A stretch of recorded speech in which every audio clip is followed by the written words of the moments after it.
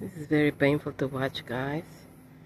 The ancient banjanut tree, which is significant to the indigenous people of the area, and it's actually, in among the trees that are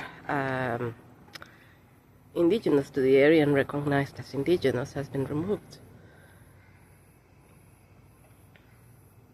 This situation, guys, of making money out of land and clearing the land it's very difficult, guys. Very sad. I'm sure the people of Daisy Hill will be very sad today, guys, because in the past they celebrated Christmases under that tree, and so yes, all this vegetation, it's quite important here to the area of